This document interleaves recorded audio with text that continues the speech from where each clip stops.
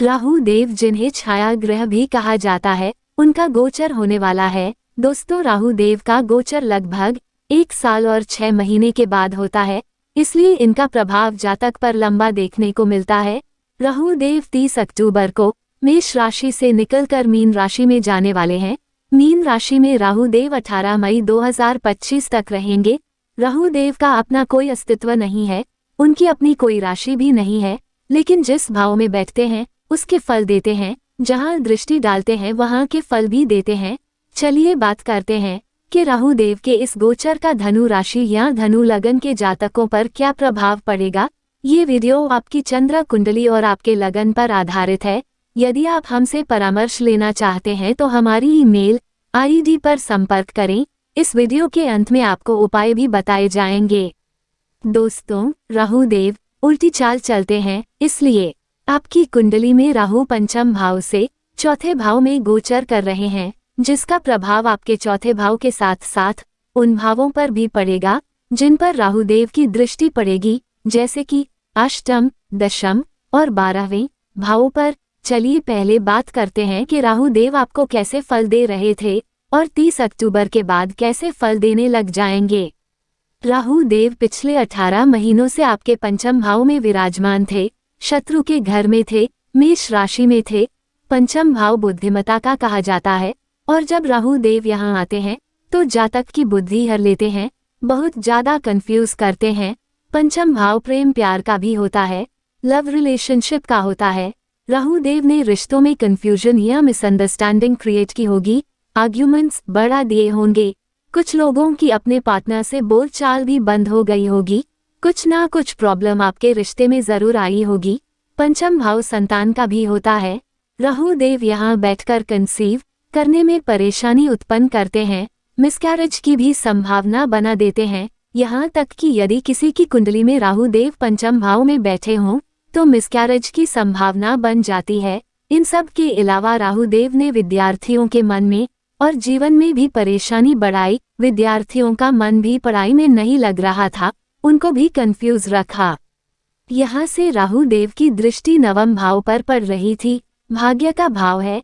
यहाँ राहु देव के आने से आपके काम में कुछ ना कुछ अड़चन आ रही थी। राहु देव ने पिता के स्वास्थ्य को लेकर भी परेशानी दी, पिता के साथ कुछ ना कुछ मतभेद हुआ।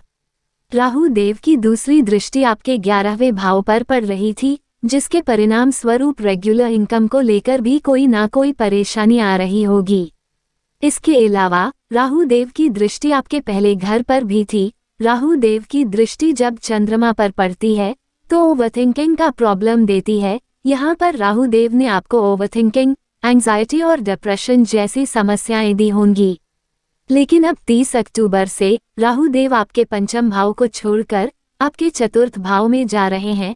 जैसे ही आपके 5वें घर से राहु देव हटेंगे, सबसे पहले तो जो लोग संतान न हो पाने को लेकर परेशान थे, उनकी परेशानी दूर हो जाएगी, क्योंकि देव गुरु बृहस्पति अब अप्रैल 2024 तक पंचम भाव में रहेंगे, तो संतान को लेकर बहुत अच्छा योग बनेगा और विद्यार्थियों के लिए भी बहुत अच्छा समय है। आपकी कंफ्यूजन्स दूर हो जाएंगी। यदि आप कोई गवर्नमेंट रिलेटेड एग्जाम देना चाहते हैं तो उसमें सफलता मिलने के पूरे चांसेस हैं। इसके अलावा राहु देव ने जिनकी लव लाइफ में प्रॉब्लम्स क्रिएट की थी, मिसअंडरस्टैंडिंग्स क्रिएट की थी, वो भी अब दूर होने लग जाएंगी। राहु देव जब पंचम भाव में आते हैं तो आपके जीवन में लव रिलेशनशिप के चांसेस बढ़ जाते हैं।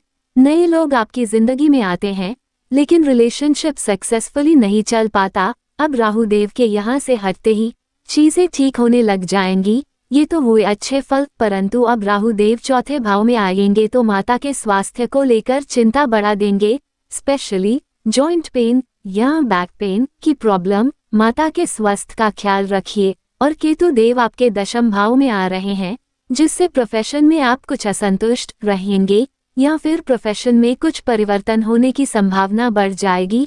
और चौथे भाव से घर, गाड़ी, जमीन भी देखी जाती है। तो यदि आप किसी भी प्रॉपर्टी में इन्वेस्ट करने का सोच रहे हैं तो सोच समझकर करिए, किसी के बहकावे में मत आइए, अन्यथा फंस सकते हैं। अब यहाँ से राहु देव की दृष्टि आपके अष्टम भाव पर पड़ रही है। अकल्ट नॉलेज देंगे आपको। रिसर्च या डीप स्टडीज कोई भी यदि आप कर रहे हैं या करना चाहते हैं तो अच्छा है। मैच्योरिटी लेवल बढ़ा देंगे राहु देव यहाँ दृष्टि डालकर, परंतु यहाँ पर राहु देव चोट लगने की संभावना भी बना देते हैं, इसलिए सावधानी बरतिए, खास तौर पर वहां चलाते समय सावधानी बरतिए। राहु देव की दृष्टि आपके दशम भाव पर भी पड़ रही है। राहु देव की दृष्टि जब जहां पड़ती है तो इंजीनियरिंग या टेक्निकल फील्ड से जुड़ा हुआ यदि आप कोई काम करते हैं तो आपका काम और ज्यादा बढ़ जाएगा, आपको और ज्यादा मेहनत करनी पड़ेगी।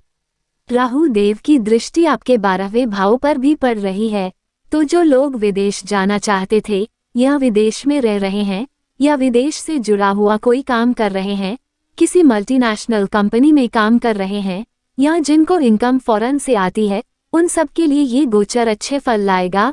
लॉन्ग ट्रैवल के भी योग बनेंगे, परंतु ये खर्चों का भी भाव है, इसलिए खर्चा सोच समझ कर करिए। अब बात करते हैं कि उपाय क्या करें। तो सबसे पहले तो एक बात आने वाले 18 महीनों के लिए याद रखिए कि कोई भी काम अगर आप लगातार करेंगे तो ही सफलता मिलेगी, यदि बीच में छोड़ देंगे तो सफलता नहीं मिलेगी। अब दोस्तों, गुरुदेव आपके लग्नेश हैं, उनके बीज मंत्र का रोजाना 108 बार पाठ किया करें। ओम ब्रह्म बृहस्पते नमः।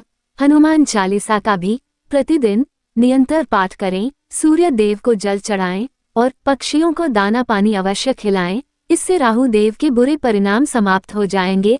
अगर ये वीडियो अच्छी लगी हो तो ऐसी ही और वीडियोस के लिए हमारे साथ बने रहें और चैनल को लाइक, शेयर और सब्सक्राइब करें। धन्यवाद।